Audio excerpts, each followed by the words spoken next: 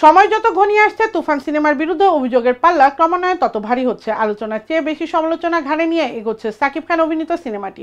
শুটিংয়ের নামে বিদেশে অর্থ পাচার, দৃশ্যপট নকল, গান নকল ও অতিরিক্ত রেন্টাল দাবি সহ নানা ধরনের অভিযোগ রয়েছে রাহান রাফি পরিচালিত এই সিনেমার বিরুদ্ধে। এবার নতুন করে যুক্ত হলো সিনেমা হল মালিকের সঙ্গে প্রতারণার অভিযোগ।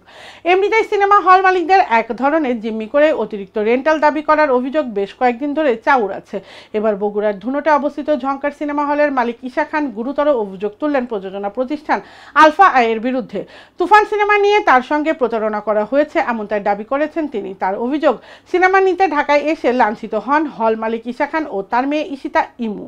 এ প্রসঙ্গে ইতিকা ঈশিতা বলেন, আমরা আলফা আই অফিসে যাই তুফান সিনেমাটি নিতে। আমরা 3 লক্ষ টাকা দিলে চাইলে তারা আমাদের জানায় অবজিশন পার্টি 5 লাখ টাকা দিতে চেয়েছে। আমরাও তখন নিরুপায় হয়ে 5 লাখ টাকা দিতে চেয়েছি, 3 লাখ ক্যাশে ও 2 লাখ টাকার চেক। এরপর তারা আমাদের সিনেমাটি দেবেন বলে কথা দেন এবং পরের দিন আসতে বলেন। আমরা যথারীতি পরের দিন অফিসে গেলে জানতে পারি সিনেমাটি নাকি 6 লাখ টাকায় অবজিশনকে দিয়ে দিয়েছেন। আমাদের আসতে বলে আমাদের না জানিয়ে কেন অবজিশনকে দিয়ে দিলেন এটা জিজ্ঞাসা করতে আমাদের সঙ্গে খারাপ আচরণ করেন শৌখিন নামের একটি ছেলে।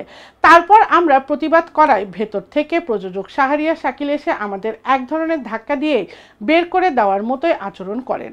এ বিষয়ে জানতে গিয়ে সিনেমার প্রযোজক ও আলফা আইয়ের ব্যবস্থাপনা পরিচালক শাহরিয়ার শাকিলের সঙ্গে যোগাযোগ করা হলে তিনি সাড়া দেয়নি। তবে অভিযোগটি সাকিব শৌখিন অস্বীকার করেছেন। তবে অবজিশন হল মালিকের কাছে থেকে ঘুষ নিয়ে সিনেমাটি তাদের দিয়েছেন শৌখিন, এমন অভিযোগও জানান ঝংকার সিনেমা হলের মালিক ও তার মেয়ে। ঘটনাস্থলে উপস্থিত ছিলেন প্রদর্শক সমিতির সহসভাপতি মিয়া আলউদ্দিন ও সাধারণ সম্পাদক আওলাদ হোসেন উজ্জ্বল। সংগঠন ব্যবস্থাপনা না নিলে আইনি পদক্ষেপ নেওয়ার কথা জানিয়েছেন ঝংকার সিনেমা হলের মালিক ও তার মেয়ে। এ প্রসঙ্গ জানতে আওলাদ হলের উজ্জ্বলের মুঠোফোনে কল দিলে বন্ধ পাওয়া যায় তার ফোন। জানা গেছে একজন গ্যাংস্টারের গল্পে তৈরি হয়েছে তুফান সিনেমা, যেখানে উঠে আসবে 90 দশকের চিত্র।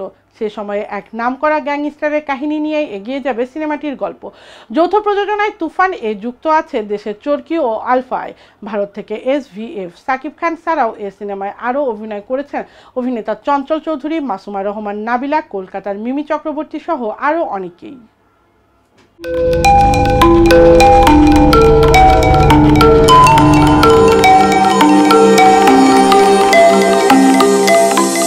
টিভি দেশ ও দশের কথা বলে।